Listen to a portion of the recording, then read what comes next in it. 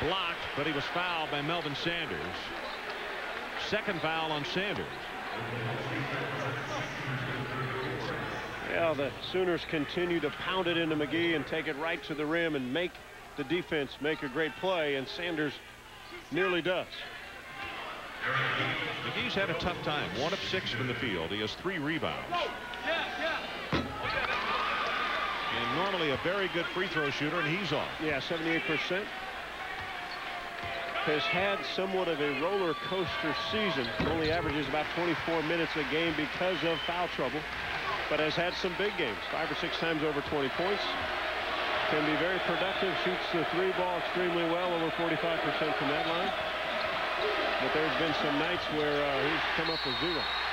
Foul on Yanzien as he grabbed, possibly in frustration, as Selby made the steal.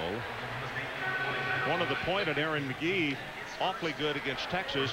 He was 0 for the afternoon against Kansas. So, as you pointed out, he's been very good in some games and not so good in others. Well, pretty obvious so far tonight. If you have the ball, you better hang on, because there are a lot of quick hands. Officials are not calling the touch fouls, which is good in a game like this.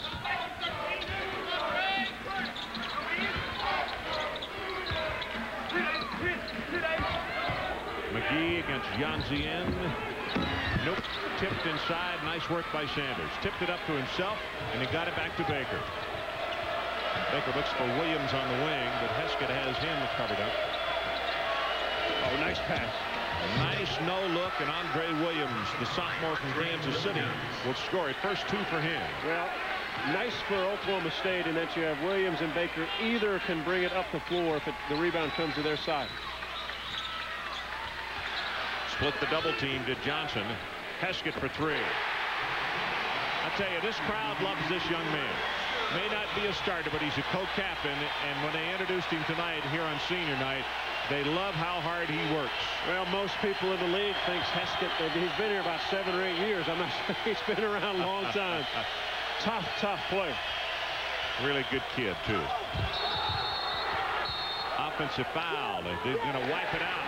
And Heskett takes the charge, and that's the kind of play, the reason that they love him and respond so. Here's Heskett when he was introduced tonight, hugging the head coach. Well, getting himself off the floor is pretty normal for Tim Heskett. It's after loose balls, takes charges, and a solid outside shooter. Good job by Nolan Johnson. Stepped through the double team, and if Tim regains his shot, and slowly but surely he has started making more shots in the last couple weeks, it helps his Sooner team when he comes off the bench and is productive. You see the season average of 30%. Again, career, he's above 40% from the three-point line. About to go under 6 minutes left in the game. Williams now with 3 fouls. So we'll keep an eye on that. Yanzien goes up with the rebound. Baker pushes it.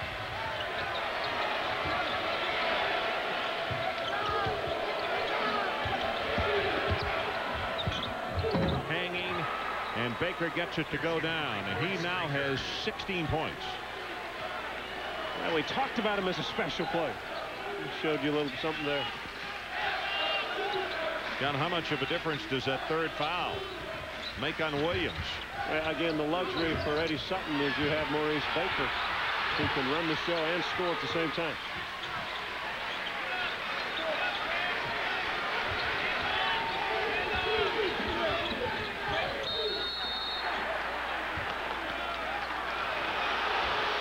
McGee, 2nd foul on him, and that is the 7th team foul on the Sooners.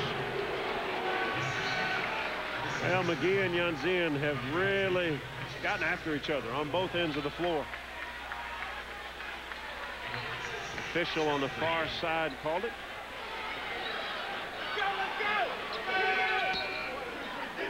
Well, the interesting thing on John GM is he'll go to the line. John, he's only taken one shot tonight. They have pushed him out way beyond his comfort zone. And what they've done, Ron, is when he catches a ball, there's a quick double team on him. So he really can't look to score. So he's passing the ball. They've come off Andre Williams, off his man, or off Andre. They've double teamed with his man. And John GM's really not had any looks. Not there. It's Johnson who rebounds. So for John Zien, a bunch of zeros up there for him. No assist so far tonight, which he normally is very good at. Dishing the ball after the double comes to him. Under 5 minutes to play. Price high off the glass, had John Zien coming from behind, and the defensive player in his face to get his 7th point. And Hollis in his sophomore season much more comfortable at taking people off the dribble and finishing the play.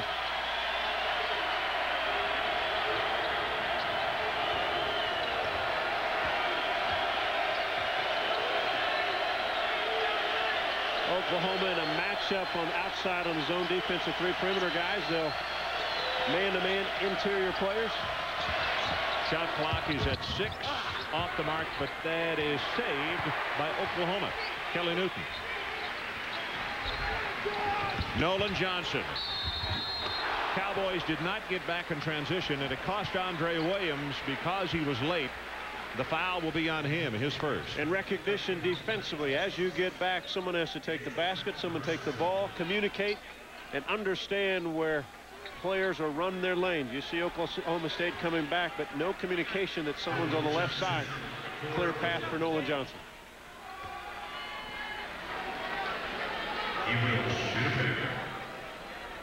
shoot. 85%, third in the Big 12 at the foul line. The value of Nolan is he is a shot clock player. When the shot clock's running down to 10, they like for him to have the ball, terrific off the dribble, can get to the foul line, convert there. Has improved as an outside shooter. Not consistent, but there are nights like he had against Colorado with the 23 points. And we saw him earlier down in Austin, Texas, had 23 that night, when he can simply take over a game. 4 points for Nolan. John Zien goes to the bench. 4 minutes left of the opening half. Sooner fans back up again. They lead by 7. Their largest lead is 10. And with this lineup for the Cowboys on the offensive end, Maurice Baker has to continue to look to get open. They've got to set him good screen.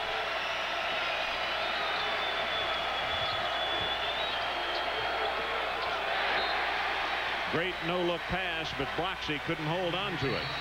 12 Cowboy turnovers. There's a break in the action. 30-23 Oklahoma.